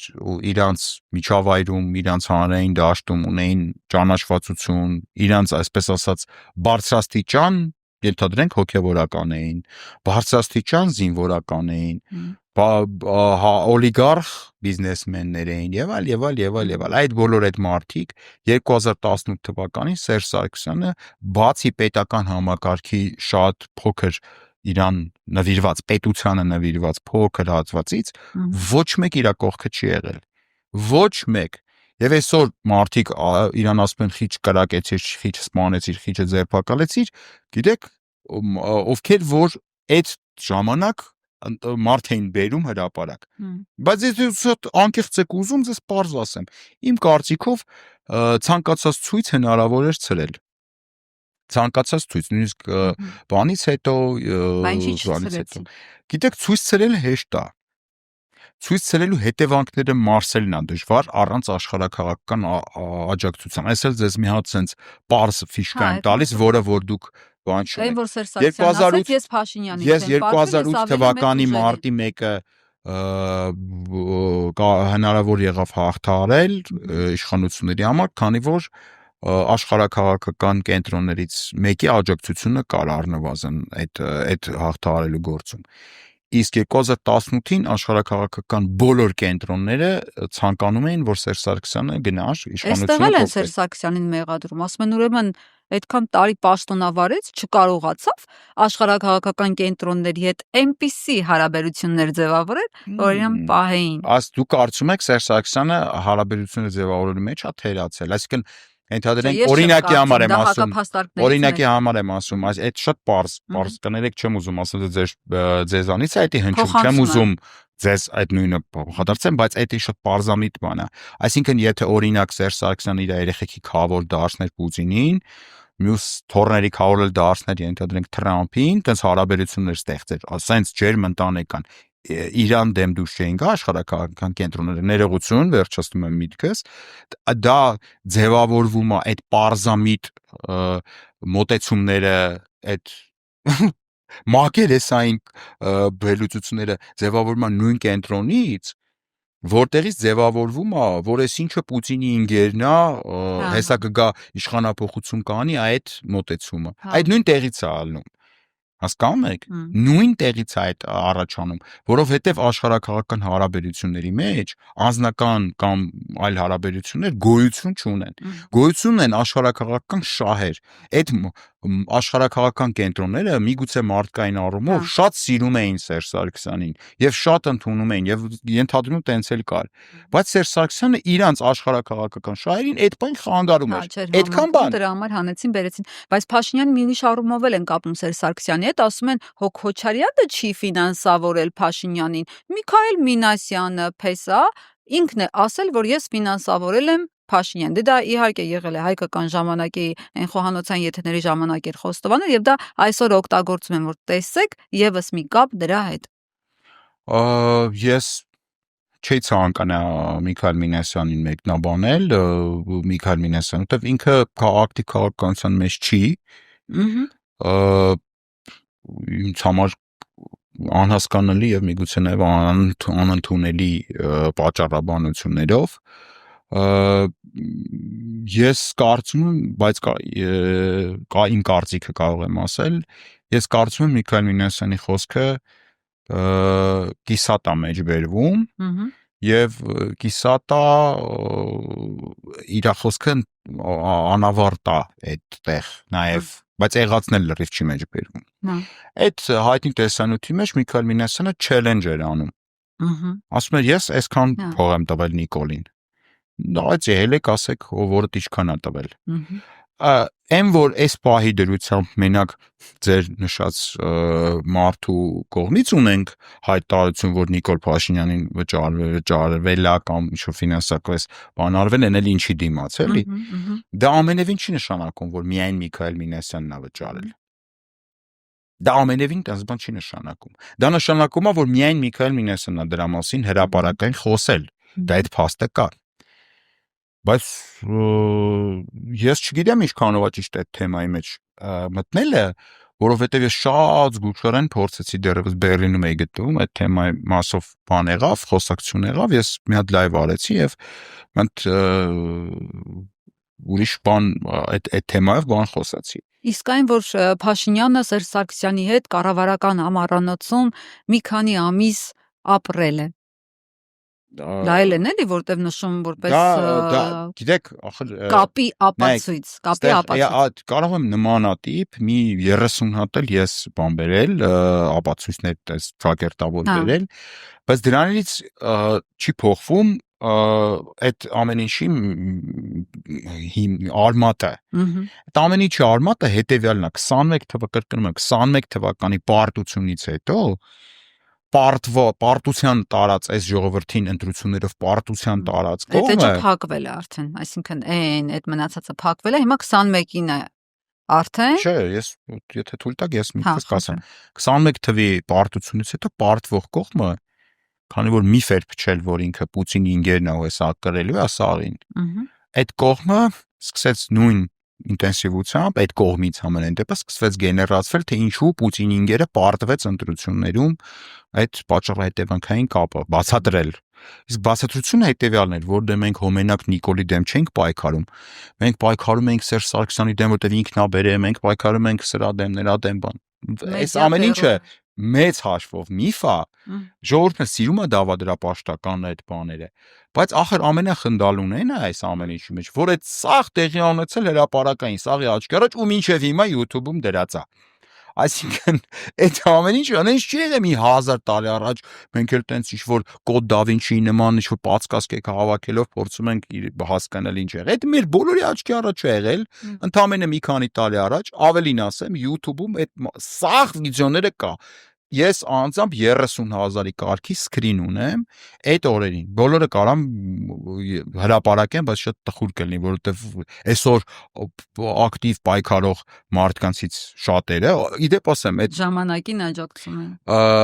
Ոստիկանական մի նախկին պաշտոնյա, որ այսօր ակտիվ Քոչարյանա պաշտպանում, այդ ժամանակ այդ սկրիները ունեմ ես։ Ինչի համար մեղքս տալիս է չհրապարակեմ։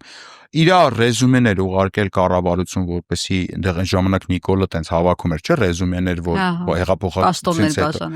Այդ ամենախնդալունը, որ այդ մարտի 1-ի շատ գործող, տենց երևացող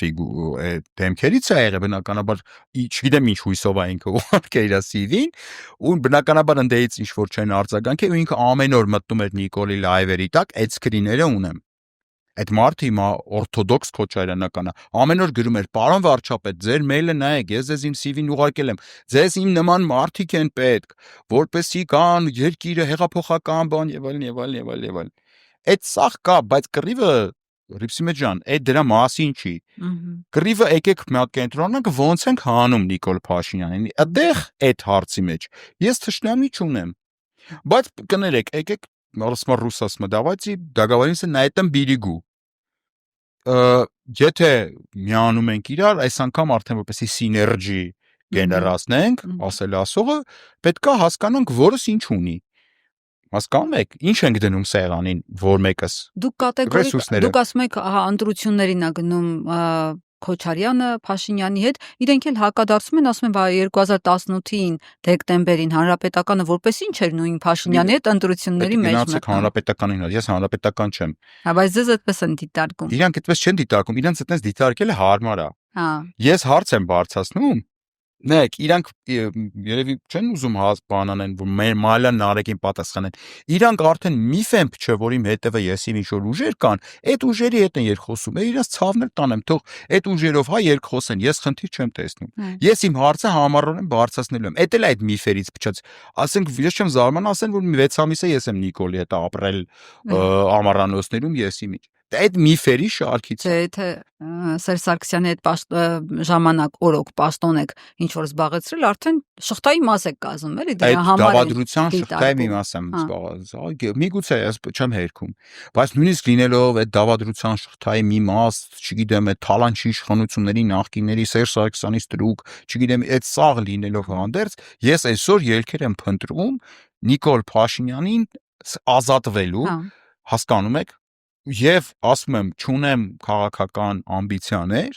չունեմ, այդ չեմ կոնվերտացնելու քաղաքական առումով։ Պատրաստ եմ ցանկացած քաղաքական դիվիդենդ, որը շարժման արդյունքում կառաջանա, նվիրել բոլոր քաղաքական ուժերին անխտիր, նվիրել Դաշնակցությանը, նվիրել Հանրապետականին, եթե Ռոբերտ Քոչարյանը մի օր կունենա քաղաքական ռեսուրս, այդ ռեսուրսին նվիրել, բացարձակապես խնդիր չկա։ Լավ, պարոն Մալյան, ամփոփելով, այսպես մեր զրույցը այսօրվա, Փաշինյանին հեռացնելու ռեալ հնարավորություն դուք տեսնում եք, թե չէ։ Impeachment։ Այն ինչ որ Բագրատ Սրբազանը ասում է, որ կլինի։ Եթե Բագրատ Սրբազանը ասում է impeachment, ապա այո, այն ինչ որ Բագրատ Սրբազանը ասում է։ Բայց ես ի տարբերություն Բագրատ Սրբազանի ցանկացած գործողություն, ցանկացած հրապարակ մարդկանց կանչելու կոչից առաջ պահանջում եմ եւ պահանջելու եմ, որպեսզի այդ մարդը, ով որ այդ կոչը կանի, եթե դա նույնիսկ ես կլինեմ, անի իր տնային աշխատանքը։ Անպայման պատրաստված ներկայանա հանրությանը, ոչ թե հելնի գասի դե ժողովրդով տենց հավաքվեք, կասեմ տենց, այտենց չի լում, Արիփսիմե ջան, այտենց խորհրդավոր կասեմները միշտ բերում են տապալումների, միշտ ու բերելու են։ Դրա համար ավելի ճիշտ է, ես Բագրատ Սրբազանին նույն ձեր եթերի միջոցով, եթե իմ խորհրդի կարիքը կունենա իհարկե, իմ նվաստիս խորհրդի կարիք կունենա, խորհուրդ կտամ մնալ հրապարակային դաշտում։ Իսկ լինել հրապարակային, լինել թափանցիկ, նախապես ներկայացնել ինչ ես անելու, ոնց ես անելու, այդ ժամանակ բոլորը կկպնեն իրան, այդ թվում նաև ես, կկանգնեմ, որովհետև ինձ համար, ասում եմ, լրիվ մեկ է, թե Նիկոլ Փաշինյանին որ փողոցով կտանեն ձերբակալության Տիգրան Մեծով, Մելիք Ադամյանով, Էսկոմով, Էնկոմով, մեկը իմ համար պետք է Նիկոլ Փաշինյանը գնա, հեռանա այս իշխանությունից իր աթոռի հետ միասին, կանխատեսելի իր սխալներով նույնիսկ կանխատեսելի իշխանություն գա, որպեսզի ես կարողանամ իմ գրականությամբ զբաղվեմ։ Բայց չեք պառակտում անդիմադիր դաշտը դուք։ Պառակտում եմ։ Այո, պառակտում եմ։ Ասում են ԿՊԱ-ականները ծիծաղի առարկա են սարքում անդիմադիրներին։ Ես ասեմ, ներքին ինֆորմացիա եմ ասում, Նիկոլ Փաշինյանը այս փոխհրաձգության սկզբում կա փակ նիստ արել վարչության, որտեղ կտրուկ հրահանգել է որևիցե մեկին, որևիցե ձևով հանկարծակի չանդրադառնալ։ Ես գիտեմ այդ իր մտավախությունների պատճառը եւ ինքն էլ խախտել այդ բանը իր անդրադարձով, որովհետեւ տեսավ շատ իր համար շատ վտանգավոր տեղ է գնում այս խոսակցությունը, որովհետեւ ըստ էության, եթե մենք այդ ռակուրսը փոխենք դիտարկման, առաջին անգամ ձևավորվել էր օրակարգ, որտեղ Նիկոլ Փաշինյանի ազդեցությունը չկար։ Պատկերացրեք, ես եւ դուք, ասենք ես, հետենք Սերժ Սարգսյանի կողմնակիցներն ու Քոչարյանի կողմնակիցները, ասենք ասում են, այս հիմարին դու ես բերել, այս դավաճանին, այն ասում չէ, այս դավաճանին դու ես բերել։ Իսկ նիտոգում, եթե մենք այդ ռակուրսից դուրս ենք գալիս, նայում ենք մեծ հաշվով ուրիշ տեսանկյունով, ստացվում է երկուսից մոտ արդեն կա կոնսենսուս, հրապարակային հանրային կոնսենսուս կա, որ սա դավաճան է։ Հիմա արդեն բազարն է գնում, թե ով է սրան բերել։ Բայց արդյունքների առումով, պառակտման առումով, այո, ես կողմ եմ անկեղծ պառակտմանը եւ դեմ եմ կեղծավոր միասնությանը, արհեստական միասնությանը, որը ճահի ճաբերում։ Ով կտուժի այս փոխհրաձգությունից, երբեք այն ուժը, որը ունի քաղաքական ռեսուրս, երբեք չի տուժի։ Իսկ այն ուժը, որ չունի քաղաքական ռեսուրս, այդ ուժը ուղղակի կոչնչանա։ Այսինքն ձեզանից մեկն է մնալու։ Չէ, եթե շարունակվի այս ամեն ինչը, իսկ ես ամեն ինչ կանեմ, որ շարունակվի, ապա մեծ հաշվով արդյունքում նավիխլեպ է դուրս կգա տուժած այն ուժը, որը ի սկզբանե չուներ ռեսուրս, բայց ձևացնում էր յանեմ ունի, իսկ այն ուժը, որ իրոք ունի ռեսուրս, ունի քաղաքական միավոր, այդ ուժը շահացա դուրս գալու է ամեն ինչից, որովհետև այդ տակից կուլարային այդ անդադ այդ բազմանշանակ հարցերին, որոնք պատասխաններ չէին տրվում զուտ կոռեկտությունից, քաղաքական այդ ձեր ասած այդ կեղծ միասնությունից, բանից ելնելով, հիմա արդեն էլ բաները չկա, ագրանիչիզելները չկա, արդեն բոլոր հարցերին բոլորը պատասխանվում են եւ իմ կարծիքով այդ բոլոր հարցերի պատասխաններից հետո անպայման շահած դուրս կգա այն ուժը, որը որ իրոք քաղաքական բան ուներ, հենարան ուներ։ Իսկ այն ուժը, եթե երկուսն էլ ունեն, եթե ես չգիտեմ, Համենայն դեպս ես մինչև հիմա հույսս չեմ կտրում, փնտրում եմ Ռոբերտ Որոնը։ Քոչարյանի ռեսուրսը, հենարանը, որով նա պատրաստվում է ինչ որ քաղաքական process-ներ անել, բայց ովքեր սպասում են 26 թվին, ես նրանց բոլորին մաղթում եմ բարի սպասումներ, ես չեմ սպասում, իմ գործունեությունը ծավալում եմ հրապարակային դաշտում։ Շնորհակալ եմ Ես այսօրվա եմ զրույցի շնորհակալ։ համար։ Իհարկե որոշ բաների հետ կապված ես այլ կարծիք ունեմ, օրինակ մտածում եմ, որ Փաշինյանը կարող է այս դիրքորոշումը ունենալ, որ կերեք իրար, դա ինձ ավելի լավ է, հա, հենց այդպես էլ ասում են, Ալեն Ինչո՞ւ։ Սիմոնյանն էլ ասեց, գնացեք կերեք իրար, վերջում իրար կոչնչացնեք, ես կհաղթեմ Հա, արդյունքում։ ինքը ինչ այդ որտե ինքը պարտվել, որ հիմա էլ է դրանից կհաղթի։ Հասկանում եք, եթե այդ միասնությունը ինչ որ մի հատ թեկուզ Արդյոք։ 0.1 օգուտ տված լիներ, Բայց ես ասում են կկախվեի այդ տվել են, դե ասում են պիտի Գիրանցի հատվածում ավելի մեծ տարածքներ պիտի տար, բայց կանխվել է մեր շարժումը, Իդեպ այդ ոսկեպարի հատվածը ինքը էնել էր ուզում տալ։ Այդ թեմային հատուկ ես ուզում եի անդրադարձել։ Եթե հիշում եք Գիրանցի այդ օպերացիայի ժամանակ Նիկոլ Փաշինյանը հանրությանը վախացնում էր Ալիևով, ասում էր, որ եթե չտանք Ալիևը կհարձակվի։ Մոտավորապես։ Ես բանտում եմ, մի քիչ ավելի բառացի չեմ հիշում, բայց դուք բան կանեք, հա։ Հիմա նույն խոսույթը ворթեգրել է իմպիչմենտին դեմ արտահայտվող հանրությունը։ Իմպիչմենտի դեմ այս պայդրությամբ մենակ մի հատ արգումենտ գոյություն ունի այս պայդրությամբ։ Ամեն պահի կարա Ալիևը հարձակվի, եթե Ալիևը տեսնի, որ իրոք process է գնում Նիկոլ Փաշինյանի հեռացնելու, այսինքն մեզ հիմա էլ ընդդիմությունն է մեզ Ալիևով վախացնում, որպեսզի ոչ մի փողոցային լուրջ շարժում չգեներացվի։ Հասկանում եք խոսույթների նմանությունը։ Ալիև ամեն պահին Ալիևը կհարձակվի, դա նշանակում որ այս պահին է կարա հարձակվի, երեք էլ կարա հարձակվել, վաղն է կարա, այսինքն ընտրություններին է կարա հարձակվի 26 թվին, չէ՞։ Հենց տենակարում է, ընկրվում է Նիկոլը։ Այսինքն մենք ոչ մի բան չձեռնարկենք, որ Ալիևը չհարձակվի։ Իմ կարծիքով Ալիևի հարձակվել չհարձակվելը աշխարհակաղակական ավելի բարձր տիրույթում է գտնվում այդ որոշումը։ Եվ իմ կարծիքով, եթե նորմալ ճիշտ գրագետ քաղաքական առաջարկ եւ պայքար ձևավորվի փողոցում, աշխարհակաղակական այդ որոշումը կկայացվի, որ Ալիևը չի հարձակվելու։ Շատ լավ։ Շնորհակալ եմ իսկապես զրույցի համար, սիրելի հետևորդներ, այսօր այսքանը, ես հիշեցնեմ, որ անպայման բաժանորդագրվեք մեր ալիքին եւ Patreon-ին։ Շնորհակալություն, որ դիտում եք, կհանդիպենք մյուս շաբաթ։ Ցտեսություն։